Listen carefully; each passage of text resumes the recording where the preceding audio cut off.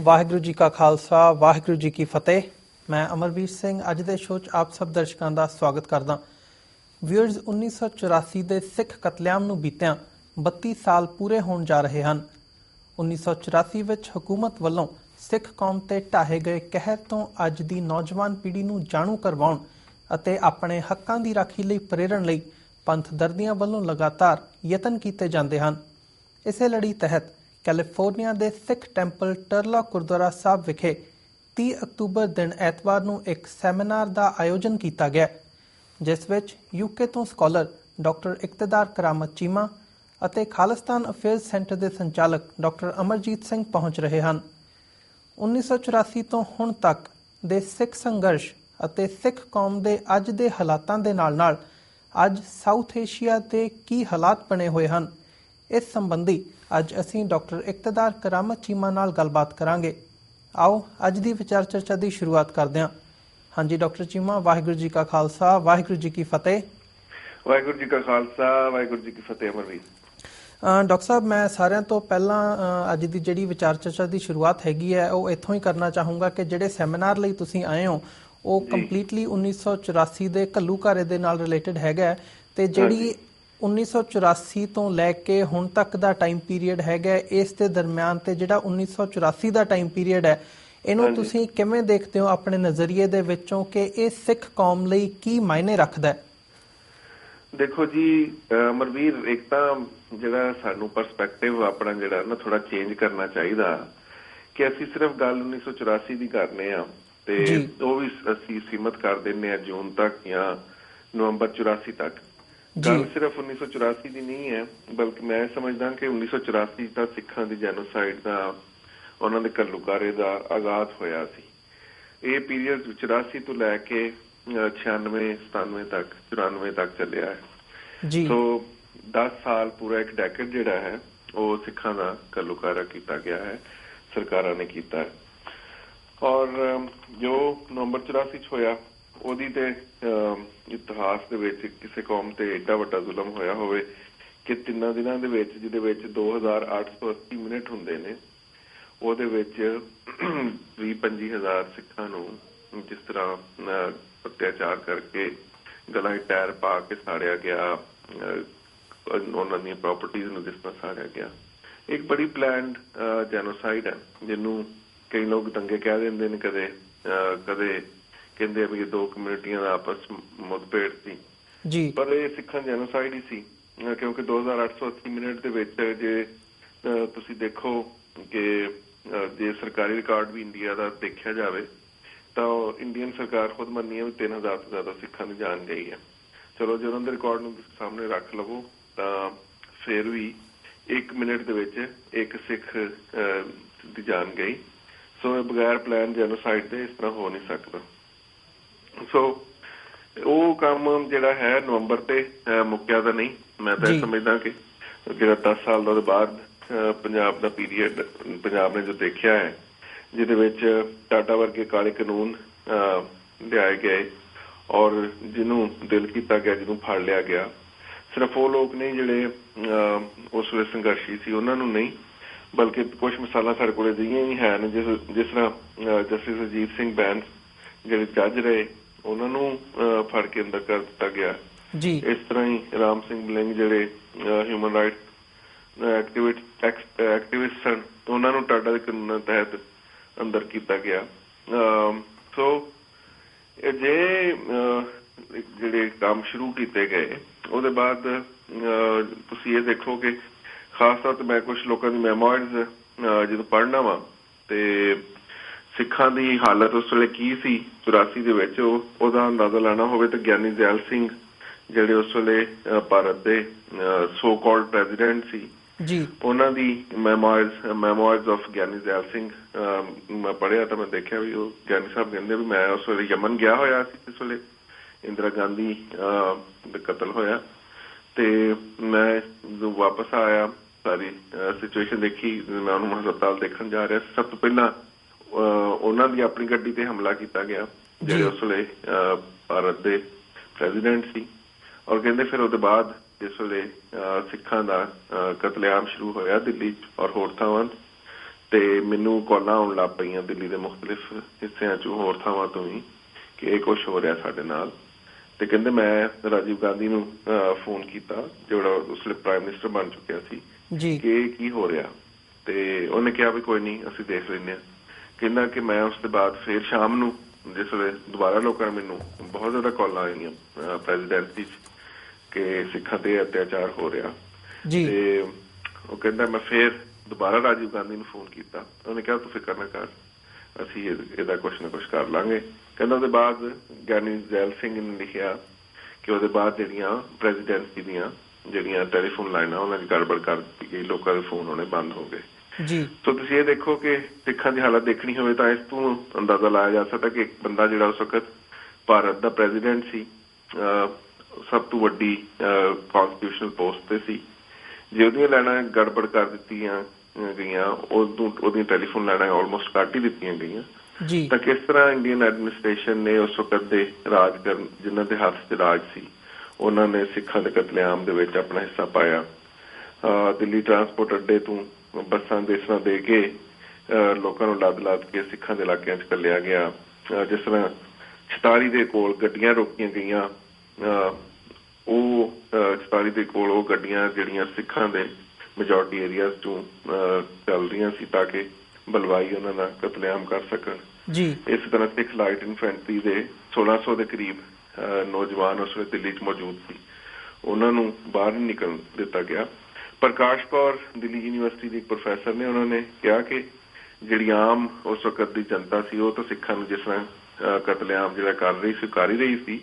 ਉਹਨਾਂ ਨੇ ਕਿਹਾ ਕਿ ਉੱਥੇ ਦਿੱਲੀ ਯੂਨੀਵਰਸਿਟੀ ਦੇ ਪ੍ਰੋਫੈਸਰ ਜਿਹੜੇ ਸੀ, ਪ੍ਰੋਫੈਸਰ ਜਿਹੜੇ ਬਹੁਤ ਪੜ੍ਹੇ ਲਿਖੇ ਲੋਕ ਹੁੰਦੇ, ਜਿਨ੍ਹਾਂ ਤੋਂ ਇਹ ਤੋਕੋ ਕੀਤੀ ਜਾਂਦੀ ਹੈ ਕਿ ਉਹ ਆਮ ਬੰਦੇ ਤੋਂ ਉਹਨਾਂ ਦੀ ਸੋਚ, ਉਹਨਾਂ ਦੀ ਅਕਲ, ਗੱਲ ਕਰਨ ਦਾ ਅੰਦਾਜ਼ ਮੁਖਤਲਿਫ ਹੋਏਗਾ। ਕਹਿੰਦੇ ਕਿ ਦਿੱਲੀ ਯੂਨੀਵਰਸਿਟੀ ਦੇ ਪ੍ਰੋਫੈਸਰ ਉਸ ਸਮੇਂ ਕਹਿੰਦੇ ਸੀ ਵੀ ਸਿੱਖਾਂ ਤੇ ਜੋੜਿਆਂ ਤੋਂ ਫੜਨਾ ਚਾਹੀਦਾ ਤੇ ਇਹਨਾਂ ਨੂੰ ਫੜ ਕੇ ਵੱਢਣਾ ਚਾਹੀਦਾ। ਤੇ ਕਹਿੰਦੀ ਹੈ ਵੀ ਉੱਥੇ ਉਹਨੇ ਖੁਦ ਪ੍ਰਕਾਸ਼ ਕੌਰ ਨੇ ਦਿੱਲੀ ਯੂਨੀਵਰਸਿਟੀ ਦੇ ਪ੍ਰੋਫੈਸਰਾਂ ਨੂੰ ਸੁਣਦਿਆਂ ਹੋਇਆ, ਇਹ ਕਹਿੰਦਿਆਂ ਹੋਇਆ ਸੁਣਿਆ ਕਿ ਸੀਖ ਕਬਾਬ ਕੀ ਹੁੰਦਾ, ਤੇ ਦੂਸਰੇ ਨੇ ਹੱਸ ਕੇ ਕਿਹਾ ਵੀ ਸੜਿਆ ਹੋਇਆ ਸਿੱਖ। ਸੋ ਇਹ ਦੁਖਾਂਤ ਹੈ ਸਿੱਖ ਕੌਮ ਦਾ 84 ਦਾ।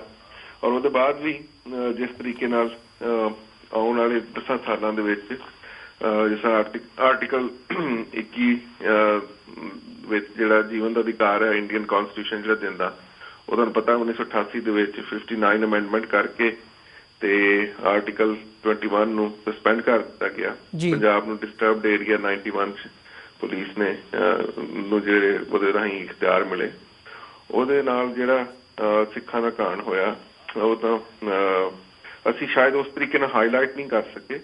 ਪਰ ਮੈਂ ਇੱਕ ਵਾਰੀ ਗੱਲ ਫੇਰ ਇਹ ਕਰਨਾ ਚਾਹਾਂਗਾ ਕਿ ਸਾਨੂੰ ਜਿਹੜੀ ਸਿੱਖਾਂ ਦੀ ਜੈਨੋਸਾਈਡ ਦੀ ਗੱਲ ਹੈ, ਸਿੱਖਾਂ ਦੇ ਘੱਲੂਘਾਰੇ ਦੀ ਗੱਲ ਹੈ, ਉਹ ਸਿਰਫ 84 ਤੱਕ ਮਹਿਦੂਦ ਨਹੀਂ ਕਰਨੀ ਚਾਹੀਦੀ, ਕਿਉਂਕਿ ਦੁਰਗਿਆਨਾ ਮੰਦਿਰ, ਪੱਤੀ ਤਰਨਤਾਰਨ ਤੋਂ ਜਿਹੜੀਆਂ ਮੈਸ ਕ੍ਰੀਮੇਸ਼ਨ ਸਾਈਟ ਭਾਈ ਜਸਵੰਤ ਸਿੰਘ ਜੀ ਖਾਲੜਾ ਨੇ ਲੱਭੀਆਂ ਸੀ, ਜਿੱਥੇ ਹਜ਼ਾਰਾਂ ਹੀ ਸਿੱਖ ਜਿਹੜੇ ਆ ਉਹ ਜਿਹਨਾਂ ਦੀ ਕ੍ਰੀਮੇਸ਼ਨ ਬਗੈਰ ਦੱਸੇ ਹੀ ਕਰ ਦਿੱਤੀ ਗਈ, ਤਾਂ ਉਹਦੇ ਵਿੱਚ ਅਸੀਂ ਅਜੇ ਤੱਕ ਦੁਨੀਆ ਦੇ ਸਾਹਮਣੇ ਲਿਆ ਨਹੀਂ ਸਕੇ।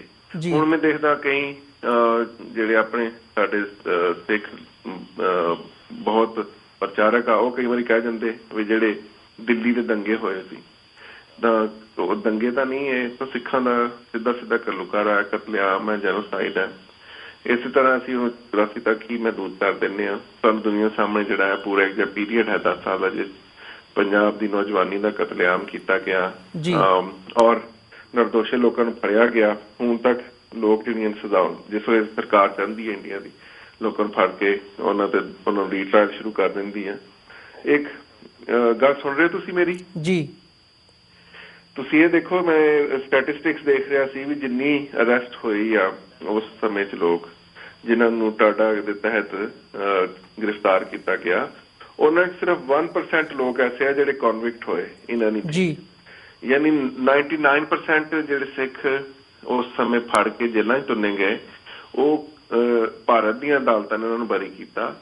ਔਰ ਲੋਕਾਂ ਨੂੰ ਇਸ ਚੀਜ਼ ਦਾ ਪਤਾ ਹੋਣਾ ਚਾਹੀਦਾ ਕਿ 99% ਸਿੱਖ ਨਿਰਦੋਸ਼ੇ ਜੇਲ੍ਹਾਂ ਦੇ ਵਿੱਚ ਸੜਦੇ ਰਹੇ ਨੇ, ਕਿਉਂਕਿ ਇਹ ਕੋਈ ਫਿਗਰ ਮੈਂ ਖੁਦ ਨਹੀਂ ਘੜੀ, ਇੰਡੀਅਨ ਸਰਕਾਰ ਦੇ ਆਪਣੇ ਡੇਟਾਬੇਸ ਤੋਂ ਤੁਸੀਂ ਦੇਖ ਸਕਦੇ ਹੋ ਕਿ ਸਿਰਫ 1% ਬੰਦੇ ਕਨਵਿਕਟ ਹੋਏ ਆ for anything through the Indian courts. So ਏਡਾ ਵੱਡਾ ਜਿਹੜਾ ਹੈ ਕੌਮ ਨੂੰ ਦੁਖਾਂਤ ਹੈ। ਪਰ ਇਹ ਹੈ ਕਿ ਕੌਮਾਂ ਦੇ ਉੱਤੇ ਅਤਿਆਚਾਰ ਹੁੰਦੇ ਆ, ਉਹਨਾਂ ਦੇ ਜ਼ੁਲਮ ਹੁੰਦੇ ਆ, ਫਿਰ ਕੌਮਾਂ ਅੱਗੇ ਟੁਰਦੀਆਂ। ਔਰ ਜਿਹੜੇ ਵੀ ਮੁਲਕ ਹੁੰਦੇ ਆ ਜੇ ਕਿਸੇ ਤੇ ਅਤਿਆਚਾਰ ਕਰ ਲੈਣ ਤੇ ਉਹਦੇ ਬਾਅਦ ਉਸ ਕੌਮ ਕੋਲ ਮਾਫੀ ਮੰਗਦੇ ਆ, ਇੱਕ ਰੀਕਨਸੀਲੀਏਸ਼ਨ ਦਾ ਪੀਰੀਅਡ ਹੁੰਦਾ ਵਾ, ਉਸ ਕੌਮ ਦੇ ਦੁੱਖ ਦਾ ਦਾਵਾ ਕਰਨ ਦੀ ਕੋਸ਼ਿਸ਼ ਕੀਤੀ ਜਾਂਦੀ ਹੈ ਜਾਂ ਉਹਨਾਂ ਦੇ ਜਿਹੜੇ ਫੱਟ ਨੇ ਉਹਨਾਂ ਦੇ ਉੱਤੇ ਮਰਹਮ ਲਾਉਣ ਦੀ ਕੋਸ਼ਿਸ਼ ਕੀਤੀ ਜਾਂਦੀ ਹੈ। ਪਰ ਇੰਡੀਅਨ ਸਰਕਾਰ ਨੇ ਕੁਛ ਵੀ ਐਸਾ ਨਹੀਂ ਕੀਤਾ। ਮੈਂ ਨਹੀਂ ਸਮਝਦਾ ਬਈ ਹੁਣ ਤੱਕ 84 ਤੋਂ ਬਾਅਦ ਕੁਛ ਵੀ ਬਦਲਿਆ ਹੋਵੇ। ਪਹਿਲਾਂ ਕਿਹਾ ਜਾਂਦਾ ਸੀ ਵੀ ਸਿੱਖ ਜਿਹੜੇ ਸੀ ਉਹਨਾਂ ਨੇ ਹਥਿਆਰ ਚੁੱਕੇ ਸੀ ਤਾਂ ਅਸੀਂ ਉਹਨਾਂ ਦਾ ਜਿਹੜਾ ਹੈ ਉਹ ਅਸੀਂ ਕਤਲੇਆਮ ਕਰ ਦਿੱਤਾ, ਉਹਨਾਂ ਨੂੰ ਸੋ ਕਾਲਡ ਝੂਠੇ ਟੈਰਰਿਸਟ ਕਰਾਰ ਦਿੱਤਾ ਗਿਆ। ਹੁਣ ਲੋਕ ਆਪਣੇ ਮਨੁੱਖੀ ਅਧਿਕਾਰਾਂ ਲਈ ਹੁਣ ਤੁਸੀਂ ਉਹਨਾਂ ਨੂੰ ਟੈਰਰਿਸਟ ਕਰਾਰ ਦਿਓ, ਇਹ ਕਿੱਥੇ ਲਿਖਿਆ ਹੋਇਆ? ਤੇ ਕਿਹਾ ਕਿ ਕੋਈ ਸਿੱਖਾਂ ਦਾ ਦੇਖੋ ਸ਼ਾਂਤਮਈ ਢੰਗ ਨਾਲ ਕੋਈ ਪ੍ਰੋਟੈਸਟ ਨਹੀਂ ਕਰਨ ਦਿੰਦਾ ਜੀ। ਤੁਸੀਂ ਹੁਣ ਦੇਖ ਹੀ ਲਿਆ ਜਿਹੜਾ ਗੁਰੂ ਗ੍ਰੰਥ ਸਾਹਿਬ ਜੀ ਦੀ ਬੇਹਰਮਤੀ ਦੇ ਜਿਹੜੇ ਪ੍ਰੋਟੈਸਟ ਹੋਏ ਰੀਸੈਂਟ, ਉੱਥੇ ਦੇ ਐਡਮਿਨਿਸਟ੍ਰੇਸ਼ਨ ਨੇ ਕਿਸ ਤਰ੍ਹਾਂ ਰਿਐਕਟ ਕੀਤਾ, ਕਿਸ ਤਰ੍ਹਾਂ ਲੋਕਾਂ ਦੇ ਉੱਤੇ ਵਾਟਰ ਕੈਨਨ ਵਰਤੀ ਗਈ ਆ, ਕਈ ਆਪਣੇ ਸਿੰਘਾਂ ਦੀ ਸ਼ਹਾਦਤ ਵੀ ਉੱਥੇ ਹੋਈ ਆ। ਸੋ 84 ਦੇ ਬਾਅਦ ਕੁਛ ਵੀ ਨਹੀਂ ਬਦਲਿਆ। ਹਾਂ ਇਹ ਹੈ ਵੀ ਸਰਕਾਰ ਦਾ ਜੈਨੋਸਾਈਡ ਕਰਨ ਦੇ ਜਿਹੜੇ ਆ ਉਹ ਤਰੀਕੇ ਬਦਲ ਗਏ ਆ। ਪੰਜਾਬ ਨੂੰ ਹੁਣ ਨਸ਼ਈ ਕਰ ਦਿੱਤਾ, ਉੱਥੇ ਨਸ਼ੇ ਉਹਦਾ ਵਰਤਾਰਾ ਇੰਨਾ ਹੋ ਗਿਆ। ਪੰਜਾਬ ਨੂੰ ਕਰਜ਼ਾਈ ਕਰ ਦਿੱਤਾ ਗਿਆ ਤਾਂ ਕਿ ਪੰਜਾਬ ਦੇ ਜਿਹੜੀ ਯੋਧਾ ਨੌਜਵਾਨ ਨਸਲ ਸੀ ਉਹ ਮੁੱਕ ਜਾਏ, ਔਰ ਜਿਹੜਾ ਪੰਜਾਬ ਦਾ ਸਿੱਖ ਕਿਸਾਨ ਹੈ ਉਹ ਇਕਨੋਮਿਕਲੀ ਉਹਨੂੰ ਇੰਨਾ ਉਹਦੀ ਲੱਕ ਤੋੜ ਦਿਓ ਕਿ ਪੰਜਾਬ ਜਿਹੜਾ ਖੜੇ ਹੋਣ ਦੇ ਕਾਬਲ ਨਾ ਹੋ ਸਕੇ। ਤੇ ਜੋ ਇਹਨਾਂ ਦੀਆਂ ਇੰਟੈਂਸ਼ਨਸ ਨੇ ਪੰਜਾਬ ਪ੍ਰਤੀ ਉਹ ਤਾਂ ਸਾਡੇ ਸਾਹਮਣੇ ਹੀ। ਹੁਣ ਪਿਛਲੇ ਦਿਨਾਂ ਜਿਹੜਾ ਇੱਕ ਡਰਾਮਾ ਜਿਹਾ ਚੱਲ ਰਿਹਾ ਸੀ ਹਿੰਦੁਸਤਾਨ ਪਾਕਿਸਤਾਨ ਦੇ ਬਾਰਡਰ ਤੇ, ਜਿਹਦੇ ਵਿੱਚ ਦੋਵਾਂ ਪਾਸੇ ਬੱਸਾਂ ਚੱਲ ਰਹੀਆਂ ਸੀ ਜਿਹੜੀਆਂ ਸੀ ਉੜੀ ਮੀਰਪੁਰ ਦੇ ਦਰਮਿਆਨ ਵੀ, ਔਰ ਜਿਹੜੀ ਵਾਘਾ ਬਾਰਡਰ ਸਰਵਿਸ ਸੀ ਉਹ ਵੀ ਚੱਲ ਰਹੀ ਸੀ। ਉਹਦੇ ਬਾਵਜੂਦ ਪੰਜਾਬ ਦੇ ਜਿਹੜੇ ਹੈ ਉਹ ਖਾਲੀ ਕਰਾ ਲਏ ਗਏ ਪਿੰਡ ਬਹੁਤ ਸਾਰੇ, ਉਹਨਾਂ ਵਾਸਤੇ ਤਾਂ ਉਜਾੜਾ ਪਾ ਦਿੱਤਾ ਸਰਕਾਰ ਨੇ। ਔਰ ਉਹ ਇਹ ਪੰਜਾਬ ਨੂੰ ਕਦੇ ਵੀ ਸਪੇਅਰ ਨਹੀਂ ਕਰਦੀ ਨਾ ਇੰਡੀਅਨ ਸਰਕਾਰ। ਔਰ ਬੜੀ ਅਨਫੋਰਚੂਨੇਟ ਹੈ ਕਿ ਉਹਨਾਂ ਨੇ ਸਾਡੇ ਕੋਲ ਨਾ ਲੀਡਰਸ਼ਿਪ ਪਹਿਲਾਂ ਸੀ, ਪੋਲੀਟੀਕਲ ਲੀਡਰਸ਼ਿਪ ਪੰਜਾਬ ਦੇ ਕੋਲ ਨਾ ਹੁਣ ਹੈ। ਉੱਥੇ ਜਿਹੜੀ ਬਾਦਲ ਸਰਕਾਰ ਬੈਠੀ ਹੈ ਉਹ ਕੁਛ ਹੀ ਕਰ ਰਹੀ ਹੈ ਸਿੱਖ ਕੌਮ ਦੇ ਉੱਤੇ। ਜੋ ਕੁਛ ਉਹ ਮੇਰਾ ਖਿਆਲ ਹੈ ਵੀ ਔਰੰਗਜ਼ੇਬ ਤੇ ਹੋਰ ਮੁਗਲ ਰਾਜ ਨੇ ਜਿਹੜੇ ਅਤਿਆਚਾਰ ਕੀਤੇ ਆ ਉਹਨਾਂ ਤੋਂ ਵੱਧ ਗਏ ਆ ਉਹਨਾਂ ਦਾ ਕੰਮ ਵੀ। ਤਾਂ ਉਸ ਨੂੰ ਇਹ ਵੀ ਚੀਜ਼ ਸਾਬਤ ਹੋ ਜਾਂਦੀ ਵੀ ਜਿਹੜੇ ਲੋਕ ਰਾਜ ਕਰ ਰਹੇ ਹੋਣ ਕਿਸੇ ਵੀ ਕੌਮ ਤੇ, ਉਹ ਉਹਨਾਂ ਦਾ ਸਿਰਫ ਜਿਹੜਾ ਧਰਮ ਹੈ ਸਿਰਫ ਉਹਨਾਂ ਦਾ ਰਾਜ ਬਣ ਜਾਂਦਾ ਵਾ, ਉਹਨਾਂ ਨੂੰ ਆਪਣੀ ਕੌਮ ਦਾ ਦੁੱਖ ਦਰਦ ਜਿਹੜਾ ਭੁੱਲ ਜਾਂਦਾ ਜੀ। ਡਾਕਟਰ ਚੀਮਾ ਇਸੇ ਦੇ ਨਾਲ ਮੈਂ ਜਿਹੜੀ ਹੁਣ ਤੱਕ ਕੁਛ ਨਹੀਂ ਬਦਲਿਆ ਜੀ। ਡਾਕਟਰ ਚੀਮਾ ਮੈਂ ਇਸੇ ਦੇ ਨਾਲ ਤੁਸੀਂ ਜਿਵੇਂ ਸਾਰੇ ਬੈਕਗਰਾਊਂਡ ਦੀ ਗੱਲ ਕੀਤੀ ਹੈ 1984 ਤੋਂ ਲੈ ਕੇ ਹੁਣ ਤੱਕ ਦੀ ਜਿਹੜੀ ਸਾਰੀ ਸਟਰਗਲ ਹੈਗੀ ਹੈ ਉਹਨੂੰ ਆਪਣੇ ਸ਼ਬਦਾਂ ਦੇ ਵਿੱਚ ਬਿਆਨ ਕੀਤਾ, ਤੇ ਤੁਹਾਡਾ ਮੰਨਣਾ ਕਿ ਉਹਦੇ ਜਿਹੜੇ ਤਰੀਕੇ ਨੇ हुकूमत ਵੱਲੋਂ ਨਸਲਕੁਸ਼ੀ ਕਰਨ ਦੇ ਜਾਂ ਆਪਣਾ ਜਿਹੜਾ ਤਸ਼ੱਦਦ ਹੈ ਉਹ ਕਰਨ ਦੇ ਉਹ ਬਦਲ ਚੁੱਕੇ ਨੇ, ਪਰ ਉਹ ਜਿਹੜਾ ਸਟਰਗਲਿੰਗ ਪੀਰੀਅਡ ਹੈ ਉਹ ਅੱਜ ਵੀ ਜਾਰੀ ਹੈ। ਸੋ ਮੇਰਾ ਸਵਾਲ ਹੁਣ ਜਿਹੜਾ ਅਗਲੇ ਟੌਪਿਕ ਵੱਲ ਮੈਂ ਆਉਣਾ ਚਾਹੁੰਦਾ ਉਹ ਇਹ ਹੈਗਾ ਕਿ ਇਹਨੂੰ ਜਿਹੜੀ ਸਿਆਸਤ ਹੈਗੀ ਹੈ ਉਹ ਬਹੁਤ ਪ੍ਰਭਾਵਿਤ ਕਰਦੀ ਹੈ। ਉਹਦੇ ਹਵਾਲੇ ਨਾਲ ਤੁਸੀਂ ਥੋੜ੍ਹੀ ਬਹੁਤ ਗੱਲ ਪੰਜਾਬ ਦੇ ਹਵਾਲੇ ਨਾਲ ਕੀਤੀ ਹੈ। ਮੈਂ ਸਾਊਥ ਏਸ਼ੀਅਨ ਪੋਲੀਟਿਕਸ ਬਾਰੇ ਤੁਹਾਡੇ ਕੋਲੋਂ ਜਾਣਨਾ ਚਾਹੁੰਦਾ ਕਿਉਂਕਿ ਤੁਸੀਂ ਉਹਦੇ 'ਤੇ ਵੀ ਤੁਹਾਡੀ ਮਹਾਰਤ ਹੈਗੀ ਹੈ ਕਿ ਜਿਹੜੇ ਹੁਣ ਸਿਚੁਏਸ਼ਨ ਬਣ ਰਹੀ ਹੈ, ਖਾਸ ਕਰਕੇ ਅਸੀਂ ਜਦੋਂ ਦੇਖਦੇ ਹਾਂ ਪਿਛਲੇ ਸਮੇਂ ਦੇ ਵਿੱਚ ਜੋ ਇੰਡੋ ਪਾਕ ਰਿਲੇਸ਼ਨਸ ਦੇ ਵਿੱਚ ਖਟਾਸ ਆਈ ਹੈ ਅਤੇ ਜਿਹੜੀ ਅਮਰੀਕਾ ਦੇ ਹਵਾਲੇ ਨਾਲ ਇੰਡੀਆ ਦੀ ਜਿਹੜੀ ਇਨਕਲੀਨੇਸ਼ਨ ਹੈ ਉਹ ਇੱਧਰ ਨੂੰ ਹੋਈ ਹੈ।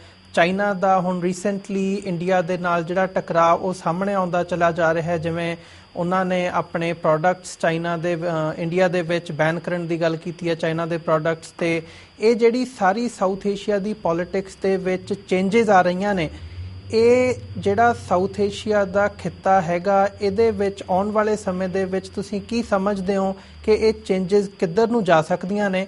ਅਤੇ ਜਿਹੜਾ ਇਹਦੇ ਨਾਲ ਹੀ ਇੱਕ ਹੋਰ ਵੀ ਗੱਲ ਸਾਹਮਣੇ ਆਈ ਹੈ ਕਿ ਜਿਹੜਾ ਈਸਟ ਅਤੇ ਵੈਸਟ ਪੰਜਾਬ ਹੈ ਉਹਨਾਂ ਦੋਵਾਂ ਦੇ ਜਿਹੜੇ ਰਿਲੇਸ਼ਨਸ ਨੇ ਉਹਨਾਂ ਦੇ ਜਿਹੜੇ ਗਰਾਊਂਡ ਲੈਵਲ ਦੇ ਉੱਤੇ ਲੋਕ ਨੇ ਉਹ ਆਪਸ ਦੇ ਵਿੱਚ ਨੇੜੇ ਆਏ ਨੇ। ਉਹਨਾਂ ਨੂੰ ਜਿਹੜਾ ਉਹ ਪੰਜਾਬੀਅਤ ਹੈ ਜਾਂ ਆਪਸੀ ਜਿਹੜੀ ਸਾਂਝ ਹੈਗੀ ਹੈ ਉਹ ਇੱਕ ਕਾਮਨ ਜਿਹੜਾ ਬੌਂਡ ਹੈ ਉਹ ਇੱਕ ਬੁਲੰਦੀਆਂ ਦੇ ਵੱਲ ਨੂੰ ਹੋ ਕੇ ਉੱਭਰ ਕੇ ਸਾਹਮਣੇ ਆਇਆ। ਸੋ ਇਹ ਸਾਰੀ ਸਿਚੁਏਸ਼ਨ ਦੇ ਵਿੱਚੋਂ ਤੁਸੀਂ ਪੰਜਾਬ ਦੇ ਹਾਲਾਤ ਸਾਊਥ ਏਸ਼ੀਅਨ ਪੋਲਿਟਿਕਸ ਦੇ ਹਵਾਲੇ ਨਾਲ ਕਿਵੇਂ ਦੇਖਦੇ ਹੋ ਤੇ ਜਿਹੜੀ ਸਿੱਖ ਕੌਮ ਦੀ ਸਟਰਗਲ ਹੈਗੀ ਹੈ ਉਹਨੂੰ ਇਹ ਕਿਵੇਂ ਪ੍ਰਭਾਵਿਤ ਕਰਦੇ ਨੇ?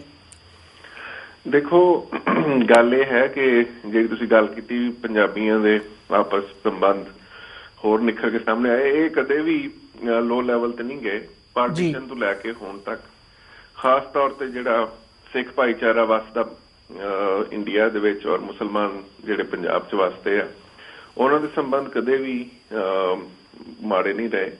ਮੈਂ ਤਾਂ ਖੁਦ ਬੜੀ ਵਾਰੀ ਦੇਖਿਆ ਬਈ ਬਹੁਤ ਹੀ ਸੈਂਟੀਮੈਂਟਲ ਔਰ ਬਹੁਤ ਹੀ ਇਮੋਸ਼ਨਲ ਸੀਨਸ ਹੁੰਦੇ ਆ ਜਦੋਂ ਕੋਈ ਸਿੱਖ ਪਾਕਿਸਤਾਨ ਜਾਂਦਾ, ਪਾਕਿਸਤਾਨੀ ਪੰਜਾਬ 'ਚ ਜਾਂਦਾ ਤੇ ਦੂਸਰੇ ਪਾਸੇ ਦੇ ਜਿਹੜੇ ਪੰਜਾਬੀ ਮੁਸਲਮਾਨ ਆ ਉਹਨੂੰ ਇਸ ਤਰ੍ਹਾਂ ਮਿਲਦੇ ਜਿਸ ਤਰ੍ਹਾਂ ਆਪਣੇ ਵਿਛੜੇ ਹੋਏ ਭਰਾ ਨੂੰ ਮਿਲਦੇ ਹੋਣ। ਔਰ ਅੱਜ ਵੀ ਲੋਕਾਂ ਦੇ ਦਿਲ ਦੇ ਵਿੱਚ ਬਹੁਤ ਮੁਹੱਬਤ, ਬਹੁਤ ਪਿਆਰ ਹੈ ਔਰ ਇਹ ਇੱਕ ਬਹੁਤ ਵਧੀਆ ਗੱਲ ਹੈ ਬਈ ਅੱਜ ਵੀ ਇੰਨੇ ਸਾਲ ਗੁਜ਼ਰਨ ਦੇ ਬਾਅਦ ਵੀ ਇੰਨਾ ਜਿਹੜਾ ਹੈ 47 ਦੇ ਵਿੱਚ ਕਤਲੇਆਮ ਹੋਇਆ, ਦੋਵਾਂ ਕੌਮਾਂ ਨੂੰ ਜਾਣ-ਬੁੱਝ ਕੇ ਲੜਾਇਆ ਗਿਆ ਉਸ ਵਕਤ ਸਾਜ਼ਿਸ਼ ਕਰਕੇ। ਹਿੰਦੁਸਤਾਨ ਦਾ ਬਟਵਾਰਾ ਜਿਹੜਾ 1 ਸਾਲ ਬਾਅਦ ਹੋਣਾ ਸੀ ਉਹ 1 ਸਾਲ ਪਹਿਲਾਂ ਕਰਕੇ ਔਰ ਗਲਤਫਹਿਮੀਆਂ ਪਾ ਕੇ। ਪਰ ਉਹ ਬੈਕਗਰਾਊਂਡ ਦੇ ਬਾਵਜੂਦ ਵੀ ਜਿਹੜਾ ਸਿੱਖਾਂ ਨੂੰ ਅੱਜ ਵੀ ਪਾਕਿਸਤਾਨ ਬਹੁਤ ਮਾਨ ਸਨਮਾਨ ਵੀ ਮਿਲਦਾ, ਪਿਆਰ ਵੀ ਮਿਲਦਾ ਹੈ, ਬਹੁਤ ਵਧੀਆ ਗੱਲ ਹੈ। ਬਾਕੀ ਜਿਹੜੀ ਰੀਜਨ ਦੀ ਗੱਲ ਹੈ ਤੇ ਤੁਹਾਨੂੰ ਪਤਾ ਹੀ ਹੈ ਵੀ ਬਾਉਂਡਰੀਜ਼ ਤਾਂ ਚੇਂਜ ਹੁੰਦੀਆਂ ਹੀ ਰਹਿੰਦੀਆਂ। ਹਿੰਦੁਸਤਾਨ ਦੀ ਜਿਹੜੀ ਇੱਕ ਮੁਲਕ ਦੇ ਤੌਰ ਤੇ ਰਹਿਣਾ ਇੱਕ ਅਨਨੈਚੁਰਲ ਜਿਹੀ ਚੀਜ਼ ਹੈਗੀ ਆ। ਮੈਂ ਕੋਈ ਇਹ ਨਹੀਂ ਮੈਂ ਕੋਈ ਜਜ਼ਬਾਤੀ ਹੋ ਕੇ ਜਾਂ ਇਮੋਸ਼ਨਲ ਹੋ ਕੇ ਗੱਲ ਕਰ ਰਿਹਾ ਜੀ। ਹਿੰਦੁਸਤਾਨ ਦਾ ਜਿਹੜਾ ਅੱਜ ਨਕਸ਼ਾ ਵਾ ਜਿਹਦੇ ਸਿੱਖ ਕੌਮ ਨਹੀਂ ਕਹਿਦਾ, ਹੋਰ ਬਹੁਤ ਸਾਰੀਆਂ ਕੌਮਾਂ ਕਹਿਦਾ, ਉਹ ਨਕਸ਼ਾ ਕਦੇ ਵੀ ਇਸ ਤਰ੍ਹਾਂ ਦਾ ਨਹੀਂ ਸੀ।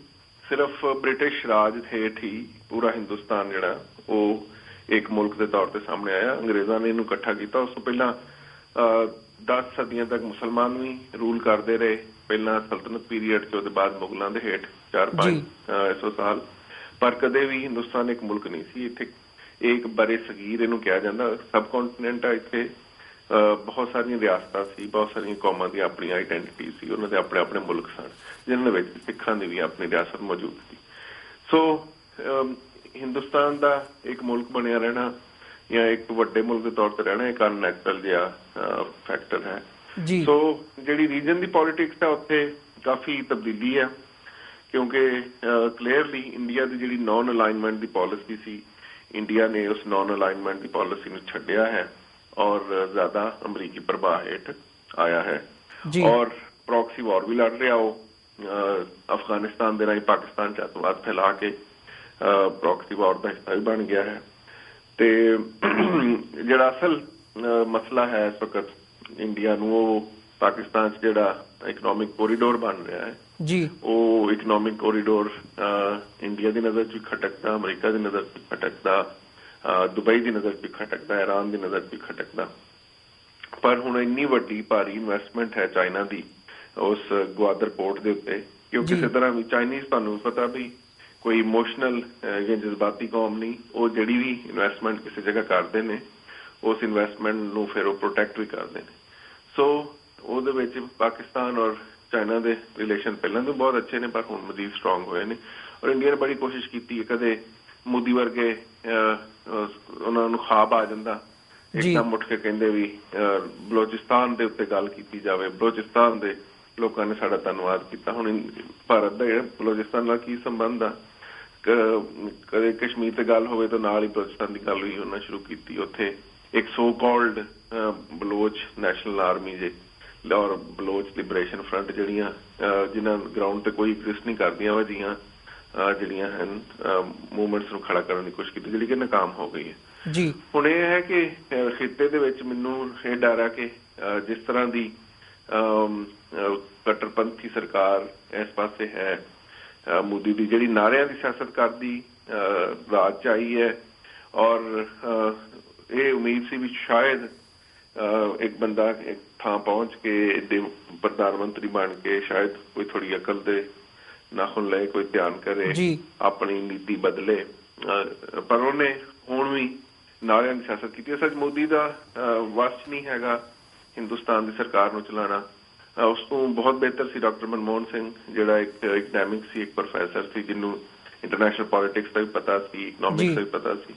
ਹੁਣ ਇੱਕ ਵਿਚਾਰਾ ਬੰਦਾ ਜਿਹੜਾ ਇੱਕ ਰੀਜਨਲ ਪੋਲੀਟੀਸ਼ੀਅਨ ਸੀ, ਉਹਨੂੰ ਹੁਣ ਪੂਰੇ ਏਡੇ ਵੱਡੇ ਮੁਲਕ ਦੀ ਸਿਆਸਤ ਚਲਾਉਣੀ ਉਹਦੇ ਲਈ ਔਖੀ ਹੋ ਰਹੀ ਹੈ। ਤੇ ਉਹਨੇ ਇਸ ਵਾਸਤੇ ਸਮਝਿਆ ਵੀ ਸੌਖਾ ਕੰਮ ਇਹ ਹੀ ਆ ਵੀ ਹਰ 5-6 ਮਹੀਨੇ ਕੋਈ ਨਵਾਂ ਨਾਅਰਾ ਲਾ ਦਿਓ, ਕੋਈ ਬਾਰਡਰ ਦੇ ਵਿੱਚ ਉੱਤੇ ਟੈਨਸ਼ਨ ਵਧਾ ਦਿਓ। ਔਰ ਦੋਵਾਂ ਪਾਸੇ ਦੀ ਸਰਕਾਰਾਂ ਇਹ ਕਰ ਰਹੀਆਂ। ਪਾਕਿਸਤਾਨ ਦੀ ਸਰਕਾਰ ਵੀ ਇਸ ਵਕਤ ਨਵਾਜ਼ ਸ਼ਰੀਫ ਦੀ ਜਿਹੜੀ ਆ ਬਹੁਤ ਜ਼ਿਆਦਾ ਅੰਡਰ ਕ੍ਰਿਟਿਸਿਜ਼ਮ ਹੈ, ਕਿਉਂਕਿ ਉੱਥੇ ਜਿਹੜੀ ਫਾਈਨੈਂਸ਼ੀਅਲ ਕਰਪਸ਼ਨ ਦੇ ਉਹਨਾਂ ਦੇ ਸਬੂਤ ਨੇ, ਉਹ ਲੋਕਾਂ ਦੇ ਸਾਹਮਣੇ ਨੇ। ਸੋ ਮੈਂ ਸਮਝਦਾ ਕਿ ਮੋਦੀ ਦੀ ਗਵਰਨਮੈਂਟ ਨੂੰ ਔਰ ਨਵਾਜ਼ ਸ਼ਰੀਫ ਦੀ ਗਵਰਨਮੈਂਟ ਨੂੰ ਇਹ ਸੂਟ ਕਰਦਾ ਕਿ ਉਹ ਕੋਈ ਨਾ ਕੋਈ ਨਾਅਰਾ ਜਿਹੜਾ ਹੈ ਉਹ ਕੌਮ ਨੂੰ ਉਸ ਤੇ ਲਾਈ ਰੱਖਣ, ਕੋਈ ਟੈਨਸ਼ਨ ਇੱਕ ਬਣਾ ਕੇ ਕੌਮ ਦਾ ਧਿਆਨ ਉੱਧਰ ਲਾਈ ਰੱਖਣ। ਲੇਕਿਨ ਰੀਜਨ 'ਚ ਕੌਨਫਲਿਕਟ ਹੋ ਸਕਦਾ, ਕਿਉਂਕਿ ਇਸ ਵਕਤ ਬਹੁਤ ਜ਼ਿਆਦਾ ਸੁਪਰ ਪਾਵਰਸ ਉੱਥੇ, ਇੱਕ ਪਾਸੇ ਅਮਰੀਕਾ ਹੈ, ਦੂਸਰੇ ਪਾਸੇ ਚਾਈਨਾ ਹੈ। ਔਰ ਤੁਸੀਂ ਸਿਰਫ ਇੰਡੀਆ ਪਾਕਿਸਤਾਨ ਨਾ ਦੇਖੋ, ਆਲੇ ਦੁਆਲੇ ਦੀ ਦੇਖੋ। ਜਾਪਾਨ ਹੁਣ ਇਸ ਵਕਤ ਜਿਹੜਾ ਹੈ ਉਹ ਅਮਰੀਕਨ ਅਲਾਈ ਬਣ ਰਿਹਾ, ਔਰ ਉਹਦਾ ਜ਼ਾਹਿਰ ਭਾਰਤ ਨਾਲ ਵੀ ਸੰਬੰਧ ਚੰਗਾ ਹੋ ਰਿਹਾ, ਕਿਉਂਕਿ ਉਹ ਚਾਈਨਾ ਦੇ ਇਨਫਲੂਐਂਸ ਨੂੰ ਕਰਟੇਲ ਕਰਨਾ ਚਾਹੁੰਦੇ ਨੇ। ਦੂਸਰੇ ਪਾਸੇ ਰਸ਼ੀਆ ਜਿਹੜਾ ਹੈ ਉਹ ਮਿਡਲ ਈਸਟ ਇਸ ਵੇਲੇ, ਕਿਉਂਕਿ ਰਸ਼ੀਆ ਔਰ ਚਾਈਨਾ ਮਿਡਲ ਈਸਟਰਨ ਪੋਲੀਟਿਕਸ ਬਹੁਤ ਜ਼ਿਆਦਾ ਇਨਵੋਲਵ ਨੇ, ਸਪੈਸੀਫਿਕਲੀ ਸੀਰੀਆ ਦੇ ਵਿੱਚ। ਤੇ ਉਹ ਇਸ ਵਾਸਤੇ ਚਾਈਨੀਜ਼ ਰਸ਼ੀਅਨ ਜਿਹੜੀ ਪਾਰਟਨਰਸ਼ਿਪ ਹੈ ਉਹ ਬਹੁਤ ਵੱਧ ਰਹੀ ਹੈ। ਫਿਰ ਰਸ਼ੀਆ ਨੇ ਜਿਹੜੀ ਰੀਸੈਂਟ ਮਿਲਟਰੀ ਐਕਸਰਸਾਈਜ਼ ਕੀਤੀਆਂ ਨੇ ਪਾਕਿਸਤਾਨ ਦੀ ਆਰਮੀ ਨਾਲ, ਉਹ ਵੀ ਭਾਰਤ ਦੀ ਨਜ਼ਰ 'ਚ ਖਟਕਦੀਆਂ। ਸੋ ਇੱਕ ਦੁਨੀਆ ਦੇ ਵਿੱਚ ਇੱਕ ਨਵੇਂ ਅਲਾਇੰਸਿਸ ਬਣ ਰਹੇ ਆ, ਨਵੀਂ ਰੀਆਰਗਨਾਈਜੇਸ਼ਨ ਹੋ ਰਹੀ ਆ ਇੰਟਰਨੈਸ਼ਨਲ ਰਿਲੇਸ਼ਨਸ ਦੀ। ਉਹਦੇ ਨਤੀਜੇ 'ਚ ਬਹੁਤ ਵੱਡਾ ਕੌਨਫਲਿਕਟ ਉਸ ਏਰੀਏ 'ਚ ਖੜਾ ਹੋ ਸਕਦਾ, ਕਿਉਂਕਿ ਅਮਰੀਕਾ ਸ਼ਾਇਦ ਆਇਰਨ ਕਰਟਨ ਪਾਲਿਸੀ, ਜਿਹਨੂੰ ਅਸੀਂ ਕਹਿੰਦੇ ਹਾਂ ਫੋਰਨ ਡਿਪਲੋਮੇਸੀ 'ਚ, ਉਹ ਬਣਾਉਣ ਦੀ ਕੋਸ਼ਿਸ਼ ਕਰ ਰਿਹਾ। ਚਾਈਨਾ ਦੇ ਆਲੇ ਦੁਆਲੇ ਜਿਹੜੇ ਮੁਲਕ ਨੇ ਉਹਨਾਂ ਦੇ ਨਾਲ ਆਪਣੇ ਸੰਬੰਧ ਚੰਗੇ ਕਰਕੇ ਉਹਨਾਂ ਦਾ ਇਨਫਲੂਐਂਸ ਕਰਟੇਲ ਕਰਨ ਦੀ ਕੋਸ਼ਿਸ਼ ਕਰ ਰਿਹਾ, ਜਿਹੜਾ ਸ਼ਾਇਦ ਏਡਾ ਸੌਖਾ ਨਾ ਹੋਏ। ਔਰ ਅਗਰ ਕੌਨਫਲਿਕਟ ਹੁੰਦਾ ਉੱਥੇ, ਤੇ ਫਿਰ ਕੌਨਫਲਿਕਟ ਦੇ ਨਤੀਜੇ 'ਚ ਮੈਨੂੰ ਇੱਕ ਤਾਂ ਬਹੁਤ ਡਰ ਲੱਗਦਾ ਪੰਜਾਬ ਦਾ, ਕਿਉਂਕਿ ਪੰਜਾਬ ਨੂੰ ਤਾਂ ਅੱਗੇ ਹੀ ਭਾਰਤੀ ਸਰਕਾਰ ਨੇ ਬਾਰ-ਬਾਰ ਉਜਾੜਿਆ ਹੈ, ਤੇ ਫਿਰ ਬਾਰਡਰ ਤੇ ਪੰਜਾਬ ਹੀ ਬੈਠਾ। ਇੱਕ ਤਾਂ ਪਰਮਾਤਮਾ ਉੱਥੇ ਰਹਿਮ ਕਰੇ ਕਿ ਫਿਰ ਤੋਂ ਕੋਈ ਨਾ ਜੰਗ ਹੋਵੇ, ਨਾ ਕੋਈ ਵੱਡਾ ਕੌਨਫਲਿਕਟ ਹੋਵੇ। ਜਿਹੜੀ ਗੱਲ ਰਹਿ ਗਈ ਆਪਣੀ ਕਿ ਇਸ ਸਿਨੈਰੀਓ ਦੇ ਵਿੱਚ ਸਿੱਖ ਕੌਮ ਦਾ ਜਿਹੜਾ ਸੰਘਰਸ਼ ਹੈ ਜਾਂ ਸਿੱਖ ਕੌਮ ਦਾ ਕੀ ਫਿਊਚਰ ਹੈ, ਤੇ ਮੈਂ ਕਦੇ ਵੀ ਜਜ਼ਬਾਤੀ ਓਪੀਨੀਅਨ ਨਹੀਂ ਦਿੱਤਾ, ਨਾ ਹੀ ਕਦੇ ਨਾਅਰੇ ਲਾਏ ਨੇ। ਮੈਨੂੰ ਨਹੀਂ ਲੱਗਦਾ ਕਿ ਸਿੱਖ ਕੌਮ ਆਪਣੀ ਕੋਈ ਤਿਆਰੀ ਕਰ ਰਹੀ ਹੈ ਇਸ ਸਮੇਂ ਕਿ ਸ਼ਾਂਤਮਈ ਢੰਗ ਦੇ ਨਾਲ ਵਿਦਨ ਦਾ ਕਨਸਟੀਟਿਊਸ਼ਨਲ ਵੇਜ਼ ਕੋਈ ਅਸੀਂ ਆਪਣਾ ਉੱਥੇ ਕੋਈ ਸਿੱਖ ਸੋਵਰਨਿਟੀ ਜਾਂ ਕੋਈ ਸਿੱਖ ਸਟੇਟ ਆਉਣ ਵਾਲੇ ਸਮੇਂ 'ਚ ਬਣ ਸਕੇ। ਕਿਉਂਕਿ ਨਾ ਅਸੀਂ ਉਹਨਾਂ ਮੁਲਕਾਂ ਨਾਲ ਗੱਲ ਕਰ ਰਹੇ ਹਾਂ, ਨਾ ਲੌਬਿੰਗ ਕਰ ਰਹੇ ਹਾਂ ਜਿਨ੍ਹਾਂ ਮੁਲਕਾਂ ਨੇ ਫੈਸਲੇ ਕਰਨੇ ਆ। ਹਾਂ, ਕੁਛ ਕੋਸ਼ਿਸ਼ਾਂ ਜਿਸ ਤਰ੍ਹਾਂ ਅਮਰੀਕਨ ਸਿੱਖ ਕਾਕਸ ਕਰਦਾ ਰਹਿੰਦਾ, ਜਾਂ ਇੱਥੇ ਹੋਰ ਕੁਝ ਸੰਸਥਾਵਾਂ ਹੈਗੀਆਂ ਜਿਹੜੀਆਂ ਲੌਬਿੰਗ ਕਰਦੀ ਰਹਿੰਦੀਆਂ, ਯੂਨਾਈਟਿਡ ਨੇਸ਼ਨਸ ਨਾਲ ਵੀ ਔਰ ਕਾਂਗਰਸ ਨਾਲ ਵੀ, ਹੋਰ ਲੋਕਾਂ ਨਾਲ ਵੀ। ਤੇ ਸਿੱਖਾਂ ਦੀ ਮਾਫ ਕਰਨਾ ਇਸ ਵਕਤ ਕੋਈ ਉਸ ਤਰ੍ਹਾਂ ਦੀ ਇੱਕ ਇਫੈਕਟਿਵ ਇੰਗੇਜਮੈਂਟ ਕਮਿਊਨਿਟੀ ਨਹੀਂ ਹੈ। ਲੈਟਸ ਸੇ ਜੇ ਕੱਲ ਨੂੰ ਉੱਥੇ ਕੌਨਫਲਿਕਟ ਹੁੰਦਾ, ਜਿਹਨਾਂ ਲੋਕਾਂ ਨੇ ਫੈਸਲਾ ਕਰਨਾ ਹੁੰਦਾ ਨਵੇਂ ਮੁਲਕ ਬਣਾਉਣ ਦਾ, ਲੋਕਾਂ ਨੂੰ ਸੋਵਰਨਿਟੀ ਦੇਣ ਦਾ, ਜਿਹੜੀਆਂ ਵੱਡੀਆਂ ਤਾਕਤਾਂ ਨੇ ਜਿਹੜੇ ਫੈਸਲੇ ਕਰਦੀਆਂ ਨੇ, ਅਸੀਂ ਕਿੰਨੀ ਕੁ ਇਫੈਕਟਿਵਲੀ ਆਪਣਾ ਮੈਸੇਜ ਉਹਨਾਂ ਤੱਕ ਪਹੁੰਚਾ ਪਾਏ ਆ ਇਹ ਤਾਂ ਸਾਨੂੰ ਪਤਾ ਹੀ ਹੈ। ਔਰ ਕਿੰਨੀ ਅਸੀਂ ਲੌਬਿੰਗ ਕੀਤੀ ਹੈ, ਕਿੰਨੇ ਲੋਕਾਂ ਨੂੰ ਸਿੱਖਾਂ ਦੀ ਆਈਡੈਂਟਿਟੀ ਔਰ ਉਹਨਾਂ ਵਾਸਤੇ ਸੋਵਰਨਿਟੀ ਕਿਉਂ ਜ਼ਰੂਰੀ ਹੈ, ਉਹਦੀ ਕਿੰਨੇ ਕੁ ਲੋਕਾਂ ਨੂੰ ਸਮਝ ਹੈ, ਇਹ ਵੀ ਸਾਨੂੰ ਪਤਾ ਹੈ। ਸੋ ਉਸ ਕੌਮ ਨੂੰ ਚਾਹੀਦਾ ਕਿ ਹੁਣ ਜਿਹੜੇ ਇਹ ਜਜ਼ਬਾਤੀ ਹੋਣ ਦੀ ਬਜਾਏ ਔਰ ਖਾਲੀ ਨਾਅਰੇ ਲਾਉਣ ਦੀ ਬਜਾਏ ਔਰ ਵੱਡੇ ਵੱਡੇ ਅਸੀਂ ਨਗਰ ਕੀਰਤਨ ਕੱਢ ਲੈਂਦੇ ਹਾਂ, ਮੁਜ਼ਾਹਰਿਆਂ ਤੇ ਵੀ ਚਲੇ ਜਾਂਦੇ, ਸਾਰੀਆਂ ਚੀਜ਼ਾਂ ਬਹੁਤ ਚੰਗੀਆਂ ਨੇ, ਇਹਨਾਂ ਖਾਲਸੇ ਤੇ ਜਾਓ ਜਲਾਲ ਸਾਹਮਣੇ ਆਉਂਦਾ। ਪਰ ਇਸ ਤੋਂ ਇਲਾਵਾ ਵੀ ਦੁਨੀਆ ਤੱਕ ਆਪਣੀ ਗੱਲ ਪਹੁੰਚਾਉਣ ਦੇ ਹੋਰ ਢੰਗ ਹੈਗੇ ਵੀ ਅਸੀਂ ਲੌਬਿੰਗ ਕਰੀਏ, ਲੋਕਾਂ ਨੂੰ ਦੱਸੀਏ ਵੀ ਸਿੱਖਾਂ ਦੀ ਆਈਡੈਂਟਿਟੀ ਹੈ, ਉਹਨਾਂ ਦੀ ਆਪਣਾ ਇੱਕ ਇਤਿਹਾਸ ਹੈ, ਉਹ ਇੱਕ ਕੌਮ ਨੇ, ਉਹਨਾਂ ਵਾਸਤੇ ਉੱਥੇ ਇੱਕ ਰੀਜਨ ਦੀ ਕਿਉਂ ਜ਼ਰੂਰਤ ਹੈ, ਦੋ ਵੱਡੀਆਂ ਨਿਊਕਲੀਅਰ ਪਾਵਰਸ ਦੇ ਦਰਮਿਆਨ ਇੱਕ ਬਫਰ ਸਟੇਟ ਦੀ ਕਿਉਂ ਲੋੜ ਹੈ। ਇਹਦੇ ਵਾਸਤੇ ਬਹੁਤ ਜਿਹੜਾ ਹੈ ਉਹ ਕੰਮ ਕਰਨ ਦੀ ਲੋੜ ਹੈ, ਜਿਹੜਾ ਅਸੀਂ ਨਾ ਤਾਂ ਮੈਨੂੰ ਹੁੰਦਾ ਨਜ਼ਰ ਆ ਰਿਹਾ ਹੈ ਔਰ ਨਾ ਹੀ ਕੋਈ ਕਰਨ ਨੂੰ ਤਿਆਰ ਹੈ। ਕਿਉਂਕਿ ਅਸੀਂ ਜਿਹੜੇ ਸੌਖੇ ਕੰਮ ਨੇ ਜਿਹੜੇ ਕਈ ਸਾਲਾਂ ਤੋਂ ਕਰਦੇ ਆ ਰਹੇ ਹਾਂ, ਉਹ ਕਰਕੇ ਖੁਸ਼ ਹੋ ਜਾਂਦੇ ਹਾਂ, ਨਵਾਂ ਕੰਮ ਕੋਈ ਕਰਨ ਨੂੰ ਤਿਆਰ ਨਹੀਂ ਹੈ। ਜੀ ਡਾਕਟਰ ਚੀਮਾ ਮੈਂ ਮਾਫੀ ਚਾਹੁੰਦਾ ਤੁਹਾਡੇ ਕੋਲੋਂ ਡਾਕਟਰ ਚੀਮਾ ਜੇ ਕੋਈ ਮੌਕਾ ਲਿਆ ਤਾਂ ਸਿੱਖ ਕੌਮ ਹਮੇਸ਼ਾ ਦੀ ਤਰ੍ਹਾਂ ਉਸ ਮੌਕੇ ਨੂੰ ਫੇਰ ਲੰਘਵਾ ਦੇ ਜੀ, ਕਿਉਂਕਿ ਇਹ ਮੌਕਾ ਜਿਹੜਾ ਸੀ ਉਹ 47 ਚ ਵੀ ਸੀਗਾ, ਉਸ ਤੋਂ ਪਹਿਲਾਂ ਵੀ ਬ੍ਰਿਟਿਸ਼ ਗਵਰਨਮੈਂਟ ਨੇ ਜਿਹੜਾ ਸੀ 1935 ਦੇ ਇੰਡੀਅਨ ਕਨਸਟੀਟਿਊਸ਼ਨ ਜਿਹੜੇ ਐਕਟ ਸੀ ਉਹਦੇ ਤਹਿਤ ਸਿੱਖ ਕੌਮ ਨੂੰ ਦਿੱਤਾ ਸੀ। ਪਰ ਸਾਡੇ ਕੋਲ ਉਸ ਵੇਲੇ ਵੀ ਪੋਲੀਟੀਕਲ ਲੀਡਰਸ਼ਿਪ ਐਸੀ ਨਹੀਂ ਸੀ ਜਿਹੜੀ ਆਪਣੇ ਅਧਿਕਾਰਾਂ ਦੀ ਗੱਲ ਕਰ ਸਕਦੀ ਆਪਣੇ ਲਈ ਔਰ ਉਹਨੂੰ ਨਿਗੋਸ਼ੀਏਟ ਕਰ ਸਕਦੀ ਇਫੈਕਟਿਵਲੀ ਔਰ ਸੋਚ ਸਮਝ ਕੇ। ਚਲੋ ਜੇ ਤੁਸੀਂ ਆਜ਼ਾਦੀ ਨਹੀਂ ਸੀ ਲੈਣੀ ਤਾਂ ਘੱਟ ਤੋਂ ਘੱਟ ਨਿਗੋਸ਼ੀਏਟ ਤਾਂ ਕਰਦੇ, ਦੋਵਾਂ ਹਿੰਦੁਸਤਾਨ ਪਾਕਿਸਤਾਨ ਦਾ ਵੀ ਸਿੱਖਾਂ ਦਾ ਕੀ ਕਰਨਗੇ। ਅੱਜ ਵੀ ਸਾਡੇ ਕੋਲ ਪੋਲੀਟੀਕਲ ਲੀਡਰਸ਼ਿਪ ਨਹੀਂ ਹੈ। ਜੇ ਕੋਈ ਸਿਚੁਏਸ਼ਨ ਬਣੀ ਤਾਂ ਪਤਾ ਨਹੀਂ ਅਸੀਂ ਕਿਸ ਤਰ੍ਹਾਂ ਜਿਹੜਾ ਹੈ ਲੋਕਾਂ ਨਾਲ ਨਿਗੋਸ਼ੀਏਟ ਕਰਕੇ ਆਪਣੀ ਸੋਵਰੈਂਟੀ ਦਾ ਕੁਝ ਬਣਾ ਸਕਾਂਗੇ ਜਾਂ ਨਹੀਂ। ਜੀ ਡਾਕਟਰ ਚੀਮਾ ਤੁਹਾਡਾ ਬਹੁਤ-ਬਹੁਤ ਧੰਨਵਾਦ ਜੀ, ਤੁਸੀਂ ਇਹਨਾਂ ਦੋਵਾਂ ਇਸ਼ੂਜ਼ ਦੇ ਉੱਪਰ ਆਪਣੇ ਵਿਚਾਰ ਸਾਡੇ ਦਰਸ਼ਕਾਂ ਨਾਲ ਸਾਂਝੇ ਕੀਤੇ ਆ ਤੇ ਅੱਜ ਦੇ ਸ਼ੋਅ ਵਿੱਚ ਅਸੀਂ ਤੁਹਾਡੇ ਕੋਲੋਂ ਇੱਥੇ ਹੀ ਇਜਾਜ਼ਤ ਲੈਂਦੇ ਹਾਂ ਜੀ। Thank you sir, thanks a lot for your time. Waheguru ji ਕਾ ਖਾਲਸਾ, ਵਾਹਿਗੁਰੂ ਜੀ ਕੀ ਫਤਿਹ। ਵਾਹਿਗੁਰੂ ਜੀ ਕਾ ਖਾਲਸਾ, ਵਾਹਿਗੁਰੂ ਜੀ ਕੀ ਫਤਿਹ ਜੀ। ਵਿਊਅਰਸ, ਅੱਜ ਦਾ ਸ਼ੋਅ ਅਸੀਂ ਇੱਥੇ ਹੀ ਸਮਾਪਤ ਕਰਦੇ ਹਾਂ ਤੇ ਉਮੀਦ ਕਰਦੇ ਹਾਂ ਅੱਜ ਦਾ ਸ਼ੋਅ ਤੁਹਾਨੂੰ ਪਸੰਦ ਆਇਆ ਹੋਵੇਗਾ। ਕੱਲ ਨੂੰ ਫੇਰ ਤੁਹਾਡੇ ਨਾਲ ਮੁਲਾਕਾਤ ਹੋਵੇਗੀ ਜੀ। ਇਜਾਜ਼ਤ ਦਿਓ। ਵਾਹਿਗੁਰੂ ਜੀ ਕਾ ਖਾਲਸਾ, ਵਾਹਿਗੁਰੂ ਜੀ ਕੀ ਫਤਿਹ।